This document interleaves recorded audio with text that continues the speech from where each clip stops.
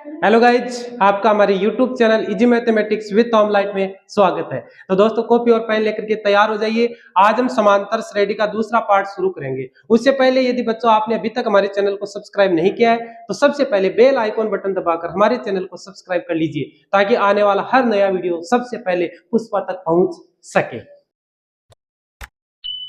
तो आज का अपन टॉपिक शुरू करते हैं। समांतर श्रेणी की प्रश्नावली नंबर 5.1 का पहला जो क्वेश्चन है उसका पार्ट नंबर 1 है कि प्रत्येक किलोमीटर के बाद का टैक्सी का किराया, जबकि प्रथम किलोमीटर के लिए किराया 15 रुपये है और प्रत्येक अतिरिक्त किलोमीटर के लिए किराया 8 रुपये है। हमें इसमें यह बताना है कि जैसे पहले क्वेश्चन में 4 क्वेश्चन दिए हुए हैं, तो किस किस स्थिति में यह समांतर श्रेणी है और समांतर श्रेणी है तो क्यों है, यह हमें बताना है कि समांतर श्रेणी है या नहीं है, यदि है तो क्यों है। तो सबसे पहले क्वेश्चन को समझना होगा कि प्रथम किलोमीटर के लिए किराया 15 रुपये है। यदि आप किसी टैक्सी में बैठ के जा रहे हो तो यदि आप 1 किलोमीटर तक जाते हो, 1 किलोमीटर तक जाते हो तो आपका जो किराया लगेगा वो कितना है, 15 रुपये है। चाहे आप आधा किलोमीटर जाओ, चाहे आप आधा से ज्यादा किलोमीटर जाओ, 1 किलोमीटर तक यदि आप जाते हो तो किराया कितना लगेगा, 15 रुपये। यदि उसके बाद में आप आगे जाते हो, 1 किलोमीटर के अलावा जैसे आधा किलोमीटर और चले गए या फिर 1 किलोमीटर और चले गए, तो जितने किलोमीटर आप जाओगे उसका किराया कितना है, 8 रुपये एक्स्ट्रा लगेगा।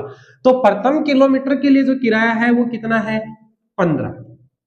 मान लीजिए कि इसके बाद में आप 1 किलोमीटर और चले तो आपके कितने रुपए लगेंगे, 8 रुपए और लगेंगे। मान लीजिए कि इसके बाद में आप 1 किलोमीटर और चले तो यहां तक कितना लग गया था, 15 प्लस 8। अब 1 किलोमीटर और चले तो आपके कितने और लगेंगे, 8 रुपए और लगेंगे। मान लीजिए कि आप 1 किलोमीटर और चले तो यहां तक तो ये लग चुका, तो अब आपके कितने रुपए और लगेंगे, 8 रुपए और लगेंगे। यानी प्रथम किलोमीटर के लिए यदि आप 1 किलोमीटर चले तो आपके कितने रुपए लगे, 15। यदि आप 2 किलोमीटर चले, कितने किलोमीटर चले, 2 किलोमीटर, तो 15 रुपए तो फिक्स है। 1 किलोमीटर के एक्स्ट्रा कितने लगेंगे, 8 रुपए। अब यहां पर यदि आप 3 किलोमीटर चले तो 1 किलोमीटर के फिक्स है, 1 किलोमीटर और चले 8, फिर 1 किलोमीटर और चले कितने हो गए, 8। यहां पर आप 4 किलोमीटर चलोगे तो 1 किलोमीटर का तो फिक्स है और 3 किलोमीटर के कितने लगे, 8 प्लस 8 प्लस 8। तो यहां पर आप देख सकते हैं कि ये हो गया 15, 15 प्लस 8 ये हो गया 23, कितना हो गया, 23। और 15 प्लस 8 23, 23 में 8 और जोड़ दो तो कितना हो गया, 32। कितना हो गया, सॉरी 31। कितना हो गया, 31। 23 में 8 और जोड़ देंगे तो कितना हो जाएगा, 31। फिर देखो 15 और 8 23, 23 और 8 31, 31 में 8 जोड़ देंगे तो कितना हो जाएगा, 39। यानी इस प्रकार से ये श्रेणी आपकी चलती रहेगी। अब ये समांतर श्रेणी है या नहीं तो इसका कैसे पता चलाएंगे, तो सार्व अंतर ज्ञात करेंगे अपन। यानी जो बाद वाली संख्या है उसमें से पहले वाली संख्या को घटाएंगे। जैसे 23 है, 23 में से अपन कितना घटाएंगे, 15 घटाएंगे। कितना घटाएंगे, 15, तो कितना आएगा, 8। इसके बाद में 31 में से अपन 23 घटाएंगे, 31 में से 23 घटाएंगे तो भी कितना आया, 8। फिर 39 में से 31 घटाएंगे तो भी कितना आया, 8। यदि ये सभी अंतर समान आता है, सभी अंतर क्या आता है, समान आता है, तो ये सार्व अंतर होता है। क्या होता है, सार्व अंतर। और यदि सार्व अंतर समान आता है तो वो क्या होती है, समांतर श्रेणी होती है। सार्व अंतर को डी से लिखते हैं, किससे लिखते हैं, डी से लिखते हैं। तो डी का मान यहाँ पर कितना आ गया, 8 आ गया। तो ये अपन कह सकते हैं कि क्या है, समांतर श्रेणी है। क्या है, समांतर श्रेणी है। क्यों है, क्योंकि सार्व अंतर का मान क्या है, समान है। सार्व अंतर का मान क्या है, समान है। अतः दी गई श्रेणी समांतर श्रेणी है, दी गई श्रेणी समांतर श्रेणी है। क्योंकि सार व अंतर समान है, क्योंकि सार व अंतर क्या है, समान है। जब सार व अंतर का मान समान होता है तो वो आपकी क्या होती है, समांतर श्रेणी होती है। क्या होती है, समांतर श्रेणी। तो आपको केवल ये बताना है कि ये समांतर श्रेणी है या नहीं, यदि है तो क्यों है। तो यदि सार व अंतर का मान समान आ जाता है तो समांतर श्रेणी होती है। यदि यहाँ पर किसी एक का भी मान अलग आता तो फिर वो समांतर श्रेणी नहीं होती। ठीक है। अब क्वेश्चन नंबर 2। क्वेश्चन नंबर 1 का पार्ट नंबर 2 है कि किसी बेलन में उपस्थित हवा की मात्रा जबकि वायु निकालने वाला पंप प्रत्येक बार बेलन की शेष हवा का 1/4 भाग बाहर निकाले देता है। तो बेलन में जो हवा की मात्रा है, मतलब बेलन को नाम आवे न जना शादीशुदा जका आदमी हुए न, बाकी बोलती मत ही बंद हो जाए पुष्पा। अब जी बेलन को नाम आयो न मत ही अटक गो, क्यों, मतलब मैं घर चलो गयो और घर वो बेलन दिक्कत लगो और काम करो कि यहाँ, मतलब बेलन औरत को सौ खतरनाक हथियार है, जको वह फेंक की मारे। और बेलन दिखता है पुष्पा में हंसी आ गई, क्योंकि घर अभी तो देखा है ना बेलन का कमाल। पुष्पा देखे कौन देखे, देखे तो ओ तेरे भी काम अच्छी आगे जा रहे। तो बेलन में उपस्थित हवा की मात्रा जबकि वायु निकालने वाला पंप प्रत्येक बार है वो बेलन की शेष हवा का 1/4 भाग बाहर निकाले देता है। तो हमें बताना है कि ये समांतर श्रेणी है या नहीं है, यदि है तो क्यों है। तो माना, सबसे पहले माना बेलन में हवा की मात्रा, बेलन में हवा की मात्रा, हवा की मात्रा को अपन मान लेते हैं V है। हवा की मात्रा का मतलब हो गया उसका आयतन। हवा का मतलब क्या होता है, आयतन होता है। क्या होता है, आयतन। और आयतन को V से लिखा जाता है। V मींस वॉल्यूम होता है, वॉल्यूम का मतलब होता है आयतन। तो माना बेलन में हवा की मात्रा V, यानी बेलन का जो आयतन है वो V है। जैसे ये कमरा है, इस कमरे में हवा कितनी है, तो जितना इसका आयतन होगा उतनी हवा की मात्रा होगी। ठीक है। तो अब एक पंप है जो हवा निकालता है, वो कितनी निकालता है, 1/4 भाग बाहर निकाले देता है। तो प्रथम बार में पंप हवा निकालेगा, हवा निकालेगा। कितनी हवा निकालता है, 1/4 भाग, यानी जितना जो आयतन है, जैसे V आयतन है, इसका 1/4 भाग, इसका 1/4 भाग, यानी इसको 1/4 से गुणा कर दो। तो 1 को V से गुणा किया, V और बट्टा 4, यानी इतना आयतन है वो एक बार में निकाले देता है। जैसे हवा भरेंगे अपन, इतनी हवा वो बाहर निकाले देता है। तो अब जैसे शेष हवा, तो शेष हवा कितनी होगी, पहले हवा कितनी थी V, पंप ने कितनी निकाल दी, V/4 निकाल दी, मतलब वो क्या हो गई, कम हो गई। इसके नीचे 1 लगा दो, 1 और 4 का जो लघुत्तम लेंगे वो कितना आएगा, 4। तो V को 4 से गुणा किया 4V, माइनस V को 1 से गुणा किया V, और 4V में से 1V घटा दो तो कितना आ गया, 3V/4, यानी ये शेष हवा है। अब दूसरी बार में पंप हवा निकालेगा, अब देखो प्रश्न क्या कह रहा है, जो शेष हवा है, पंप क्या करता है, प्रत्येक बार बेलन की शेष हवा का 1/4 निकालता है। अब यहां पर जो शेष हवा है वो कितनी आई अपने पास, 3V/4, इसका कितना निकालेगा, 1/4। तो इसको 1/4 से गुणा कर दो, इससे गुणा कर देंगे, 1/4 से गुणा कर देंगे। तो 1 को 3V से गुणा किया 3V, और 4 को 4 से गुणा किया 16, कितना हो गया, 16। अब फिर शेष हवा निकालेंगे अपन, शेष हवा। तो पहले हवा कितनी थी, 3V/4, कितनी थी, 3V/4। इसमें से कितनी और निकाल दी उसने, 3v/16। कितनी निकाल दी, 3v/16। अब 4 और 16 का अपन लय से लेंगे तो कितना आएगा, 16 आएगा। 16 में 4 का भाग देंगे, 4 बार जाएगा, 4 को 3 से गुणा करेंगे 12, माइनस 16 में 16 का भाग एक बार, 1 को 3 से गुणा करेंगे 3v, और 12 में से 3v घटाएंगे तो 9v/16, 9v/16। चलो इतना अपने पास काफी है। तो पहली कंडीशन में यानी शुरुआत में जो हवा थी वो कितनी थी, v, उसके बाद में शेष हवा कितनी आई, 3v/4, उसके बाद में शेष हवा कितनी आई, 9v/16, 9v/16। ये श्रेणी बन रही है। तो यहां पर अपन क्या करेंगे, सार्वंतर निकालने का प्रयास करेंगे। दूसरी में से पहली संख्या, तीसरी में से दूसरी संख्या, बाद वाली में से उसके पहले वाली संख्या को अपन क्या करते हैं, घटाते हैं। तो जैसे 3v/4 में से v घटाएंगे, इसके नीचे 1 लगा दो, 1 और 4 का लघुत्तम 4 आएगा, 4 में 4 का भाग एक बार जाएगा, 1 को 3v से गुणा करेंगे 3, 1 का भाग 4 में देंगे 4 बार, 4 को 4 से गुणा किया, सॉरी v से गुणा किया 4v, 3v में से 4v घटाएंगे, छोटी में से बड़ी संख्या घट रही है तो साइन किसका आएगा, माइनस का। 3 में से 4 घटाएंगे, माइनस का 1 आएगा, 1 लिखने की आवश्यकता नहीं होती है। तो इन दोनों का जो अंतर है वो कितना आया, माइनस का v/4।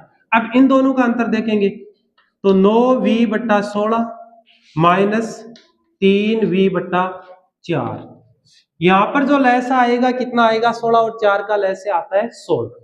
16 में 16 का भाग देंगे एक बार, 1 को 9v से गुणा किया 9v, 16 में 4 का भाग देंगे 4 बार, 4 को 3 से गुणा किया 12v, और 9 में से 12 घटाएंगे तो माइनस का 3v/16। तो यहां अपन देख रहे हैं पहला अंतर कितना आया, माइनस का v/4, दूसरा अंतर कितना आया, माइनस का 3v/16। यानी दोनों अंतर समान नहीं है, और जब अंतर समान नहीं आता मतलब सार्वंतर नहीं है, और तो वो समांतर श्रेणी भी नहीं है। अतः दी गई श्रेणी समांतर श्रेणी नहीं है, समांतर श्रेणी नहीं है। सीधा ये भी लिख सकते हैं एपी नहीं है, समांतर श्रेणी को एपी लिखा जाता है। तो एपी नहीं है, क्योंकि क्यों नहीं है, क्योंकि सार्वंतर डी का मान समान नहीं है, डी का मान समान नहीं है। जब इनका मान समान नहीं है तो ये समांतर श्रेणी नहीं हो सकती। ठीक है, तो समांतर श्रेणी कब होगी, यदि उनके सार्वंतर का मान क्या होगा, समान होगा। अब क्वेश्चन नंबर 1 का पार्ट नंबर 3। क्वेश्चन नंबर 1 का पार्ट नंबर 3 है, प्रत्येक मीटर की खुदाई के बाद एक कुआं खोदने में आई लागत, जबकि प्रथम मीटर खुदाई की लागत 150 रुपए है और बाद में प्रत्येक मीटर की लागत 50 रुपए बढ़ती जाती है। अभी जो टैक्सी वाला क्वेश्चन क्या था, सेम वैसा ही क्वेश्चन है कि यदि आप एक कुआं खोद रहे हैं तो 1 मीटर की खुदाई करते हैं तो उसके लिए फिक्स है 150 रुपए। 1 मीटर तक खुदाई कराओगे तो कितना लगेगा, 150 रुपए। उसके बाद में हर 1 मीटर पर 50 रुपए बढ़ता जाएगा, तो जितने मीटर की खुदाई करोगे उतना ही रुपया बढ़ता जाएगा। तो पहले जो मीटर की खुदाई है उसका जो किराया है वो कितना है, या जो पैसा है खर्चा है कितना है, 150 रुपए। फिर मान लीजिए कि अपन ने 1 मीटर और खुदवाया तो कितने रुपए और लगेंगे, 50 रुपए और लगेंगे, यानी एक्स्ट्रा 1 मीटर के लिए 50 रुपए बढ़ जाते हैं। फिर मान लीजिए अपन ने 1 मीटर और खुदवाया तो यहां तक तो ये हो गया 150 प्लस 50, अब 50 रुपए और लग गए, 50 रुपए और लग गए। मान लीजिए कि 1 मीटर और खोदते हैं अपन, तो फिर यहां तक तो सेम हो गया आपका, ये तो सेम रहेगा। अब 1 मीटर एक्स्ट्रा और खोदा तो उसका कितना हो गया, 50 रुपए और एक्स्ट्रा हो गए। तो पहला 150 में 50 जोड़ेंगे कितना हो गया, 200, 150 में 50 200, 200 में 50 जोड़ेंगे कितना हो गया 250, और ये हो गया 300, कितना हो गया 300। ये आपकी श्रेणी बन रही है। तो अब ये समांतर श्रेणी है या नहीं, इसके लिए अपन सार्व अंतर निकालेंगे, सबके बीच का अंतर निकालेंगे। यदि अंतर समान आ जाता है तो समांतर श्रेणी होगी, वरना नहीं। जैसे 200 में से 150, याद रहे बाद वाली संख्या में से पहले वाली संख्या को घटाना है, न कि पहले वाली में से बाद वाली को। ध्यान रखना इस चीज का। 200 में से 150 घटाना है, न कि 150 में से 200। 250 में से 200 घटाना है, न कि 200 में से 250। ठीक है, यानी बाद वाली में से उसके पहले वाली। तो 200 में से 150 घटाएंगे कितना आया, 250 में से 200 घटाएंगे, 250 में से 200 घटाएंगे कितना आया 50। 300 में से 250 घटाएंगे कितना आया 50।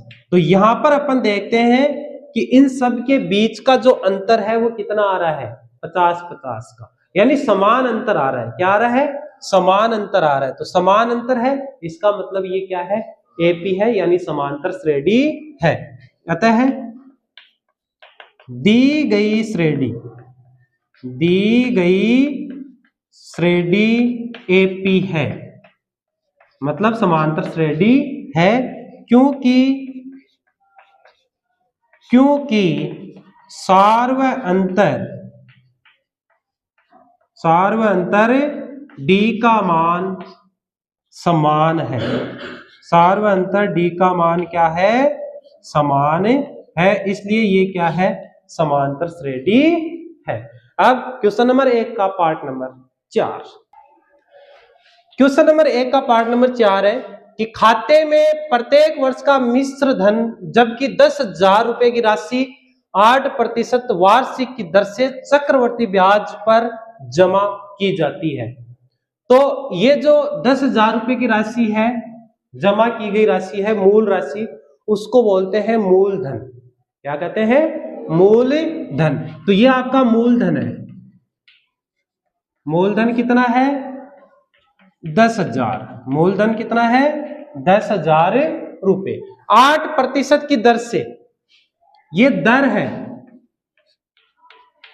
है कितनी 8%, ठीक है, कि दर से चक्रवर्ती ब्याज पर जो राशि है वो जमा की जाती है। आपको मिश्र धन देखना है, तो मिश्र धन निकालने का जो सूत्र है वो याद होना चाहिए कि मिश्र धन कैसे निकाला जाता है। मिश्र धन का सूत्र होता है मूलधन इंटू 100 प्लस दर बटा 100 की पावर समय, यानी मूलधन गुणा, वैसे होता है 1 प्लस दर बटा 100, लेकिन उसको जब सरल करते हैं तो कितना हो जाता है 100 प्लस दर बटा 100 की पावर समय। तो जैसे मान लीजिए प्रथम वर्ष के लिए, कौन से वर्ष के लिए निकालेंगे अपन, प्रथम वर्ष के लिए। तो प्रथम वर्ष के लिए मिश्र धन कितना हो जाएगा, प्रथम वर्ष के लिए मिश्र धन, तो मूलधन यानी जो मूल राशि है वो कितनी है 10,000, कितनी है 10,000 इंटू 100 प्लस दर का मान कितना है 8/100 पहले वर्ष के लिए, यानी जो समय है उसका मान कितना हो जाएगा 1, कितना हो जाएगा 1। तो ये जो मान है वो आ गया 10,000 गुणा 100 प्लस 8 कितना हो गया 108/100 की पावर 1। अब निकालेंगे अपन दूसरे वर्ष के लिए। किसके लिए निकालेंगे, दूसरे वर्ष के लिए। तो दूसरे वर्ष के लिए मिश्र धन कितना हो जाएगा, मिश्र धन इज इक्वल टू ये 10,000 गुणा 108/100, और यहां पर सीधी पावर कितनी लग जाएगी 2, यानी अब ये कितने वर्ष का हो गया 2 वर्ष का। कितने वर्ष का हो गया 2 वर्ष। एक वर्ष के लिए 1, 2 वर्ष के लिए कितना हो गया 2। तो पहली राशि हो गई, दूसरी राशि ये हो गई। ऐसे ही तीसरे वर्ष के लिए, किसके लिए, तीसरे वर्ष के लिए। तो तीसरे वर्ष के लिए मिश्र धन कितना हो जाएगा? मिश्र धन केवल घात कितनी लगानी है हमें? 3 लगानी है। कितनी लगानी है? 3। तो 108/100 की घात कितनी हो गई? 3। यानी हमारे पास जो श्रेणी बन रही है वो ये बन रही है कि पहली राशि तो ये है गुणा 108/100, दूसरे वर्ष के लिए आ गया 10,000 इंटू 108/100, इसके ऊपर कितना हो गया? स्क्वायर, और तीसरे वर्ष के लिए हो गया 108/100 की पावर 3। यानी इस प्रकार से ये माने यहां पर आ गया। अब हम क्या करेंगे? यदि इसमें से इसको घटाएंगे, इसमें से इसको घटाएंगे तो इनका मान समान आता है या नहीं आता है, वो हमें देखना है। तो पहली बात यहां से अपन सीधा लगा सकते हैं कि जैसे ये राशि तो समान है, सब में 10 जा रहा है, ठीक है, लेकिन यहाँ पर 108/100, यहाँ पर उसका स्क्वायर है, यहाँ पर इसकी पावर 3 है, ठीक है ना। और जब स्क्वायर वाली संख्या होती है तो उनका मान कभी भी माइनस यानी बीच की जो संख्या निकालते हैं वो कभी भी बराबर नहीं आती। जैसे छोटी संख्या का उदाहरण लेके देखता हूं कि पहली संख्या 1 है, दूसरी संख्या इसका स्क्वायर है, तीसरी फिर इसका क्यूब है, फिर इसकी घात 4। छोटी संख्या का उदाहरण लेके अब आपको बता रहा हूं। देखो तो 5 का स्क्वायर कितना हो गया? 25, 5 का क्यूब कितना हो गया? 125, इसका करेंगे 625। यानी जैसे पावर बढ़ती है तो संख्या बहुत ज्यादा बढ़ जाती है। जैसे यहां अंतर देखेंगे 25 - 5 कितना आ रहा है? 20। यहां कितना हो गया? 125 में से 25 घटाएंगे कितना हो गया? 100 का अंतर। कितना हो गया? 100 का अंतर। और यहां पर कितना हो गया? 500 का अंतर। तो इस प्रकार से यदि पावर बढ़ती जाती है, घातांक बढ़ती है, तो सार्वत्रिक अंतर का मान कभी भी समान नहीं आता है। तो यहां से अपन सीधा भी लिख सकते हैं कि यह समांतर श्रेणी नहीं है, क्योंकि यहां पर सार्वत्रिक अंतर का मान क्या है? समान नहीं होगा। दी गई श्रेणी में 108/100 की घातांक बढ़ रही है, की घातांक बढ़ रही है, बढ़ रही है ना। अतः ये एपी नहीं है, ये एपी नहीं है, क्योंकि इस स्थिति में सार्वत्रिक अंतर का मान समान नहीं आता है, समान नहीं आता है, इसलिए ये समांतर श्रेणी नहीं है। ठीक है, तो इस प्रकार से आपकी 5.1 का जो क्वेश्चन नंबर 1 है उसके जो पार्ट 4 है वो सारे कंप्लीट होते हैं। बहुत ही अच्छी तरीके से मैंने आपको समझाया है और आशा करता हूं कि पुष्पा को समझ में आया होगा, और नहीं आया है तो फिर से पढ़ाएंगे, कोई दिक्कत नहीं है।